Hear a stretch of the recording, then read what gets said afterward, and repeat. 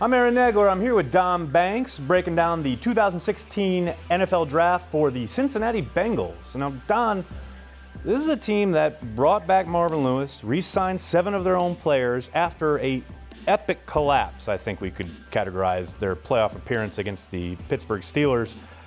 Are you surprised that they're kind of, I guess, holding course here with Lewis in the game? That's the Mike Brown way, and I don't necessarily agree with it, but it is not a big surprise. Now, I will say this, Aaron. He only gave Marvin Lewis a 1-year extension right. so that he's not a lame duck coach in 16. That is, to me, a message that says status quo acceptance does not extend indefinitely. Right. I do believe they have to break out of the status quo at some point, or he's going to thank Marvin for his long and distinguished service and ask for his parking space and his door pass. Now, looking at the draft and the needs around this team, I think the glaring one obviously is at wide receiver when you let Marvin Jones walk out the door. And Mohamed Sanu going to Atlanta. Who do they look at in round 1? I mean, I think it's fairly obvious. They're kind of sitting in that spot where there could be a wide receiver run. Yeah, there's Houston at 22, there's Minnesota at 23, and there's Cincinnati at 24, and all 3 likely are looking at the receivers. Right. Fortunately, there seems to be about 3 or 4 names in there, and I have him in my latest mock with Corey Coleman, the Baylor receiver. Now, he's a little undersized, but he is speed demon. He is speed incarnate. He can take the top off of a defense. He's all straight line. He's not real polished yet as far as route running, and his drops were a problem. What they need is somebody that really offers a contrast with A.J. Green and Tyler Eifert. Now, on defense, you've got Leon Hall kind of coming back from back surgery, still unsigned. Got Reggie Nelson bolting to Oakland.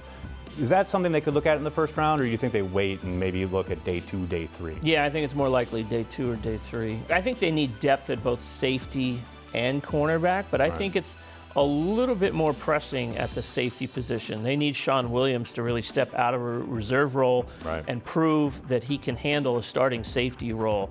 They have a little bit more to work with at cornerback than they do safety. Now, Jeremy Hill, coming off a very disappointing 2015, do they look at running back in this draft? Not high. I mean, Marvin doesn't shake his confidence on a player based on even a rough half season. Now, the fumbles in the playoff loss to Pittsburgh are going to stay with Jeremy Hill until he kind of makes people forget them. Gio Bernard, though, is a really nice complementary second back, and they're not shy about making him the number 1 on any given week. This is a team in the Bengals that has pretty decent interior talent, but do they take a look there? I think they should, and I think even as high as the second round they might look there, because both their guys, Pekka and Atkins, are both getting a little older, and they can see the downward slope of their career. So, a guy like Kenny Clark, the defensive tackle at UCLA, I think he's a guy that will be in their wheelhouse in the second round.